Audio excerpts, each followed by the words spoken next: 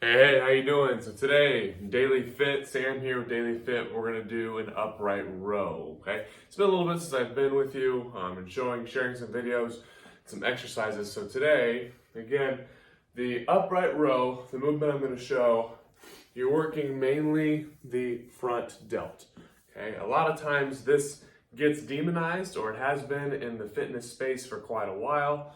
I'm sure you've seen in one of your favorite fitness models or fitness enthusiasts or influencer, if you will, may also say, hey, this is not a good exercise because it puts your shoulder in what's called impingement. And while that's not necessarily outright incorrect, it doesn't necessarily mean that you should go overly heavy where you're actually putting enough stress to actually damage the shoulder joint itself. Okay, so when doing this exercise, keep that in mind. We don't ever want to do this with so much weight that we do start to feel a little bit of a pain or a sharp, like it's almost a burning sensation. In my experience, when I do overdo it or I do too much weight when I'm doing this exercise. So the easiest way to do this is with an EZ bar, which is what I'm going to show you. And again, lighter weight. So we're going to hold the bar right here in front of us, kind of a wider grip. A lot of times that can also help with the shoulder when you're coming up an upright row. You want to keep your elbows above your wrists, okay? So like this. You bring your wrists basically close to or nearby your chin. And you're standing up tall, up proud, right? Because we're exercising, we're lifting. Oh, also, what do you call a whale without any underwear? Free Willy. That's just, anyway, stay with me. So, you knew a joke was coming. Come on. Don't act like you didn't. So again, this is an EZ bar, right? It's not super heavy. It's 10 pounds on each side. The bar weighs about 15, 20 pounds itself. So about 40, 45 pounds, okay? Not going to overdo it. And if you've never done this movement, I would suggest going even lighter, especially even lighter than this, okay? But a wide grip, I want my hands almost near the plates.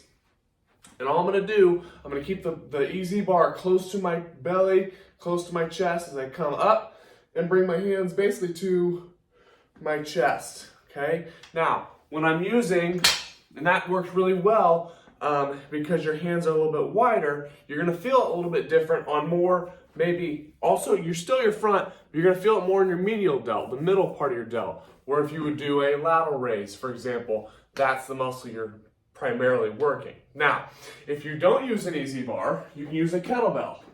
Okay, so kettlebell, this is 53 pounds, but it's the closest one I can get. So all we're gonna do is, so notice one important thing. Where are my hands? They're right next to each other. I can't grab a kettlebell out here. That's gonna change the actual, the focus muscle or the primary muscle or movement that you're going to be doing when you do the exercise. So, not that it's a bad thing, but same thing. You're also going to find, what else did you notice? I was able to get my hands, my wrists, even higher. So you have more range of motion that way, right? So what I would say is, if you're going to add this into your, and I strongly suggest adding this to your workouts, especially for shoulder development or shoulder strength, I would suggest doing other movements as well. Do your face pulls. That's really good for posture.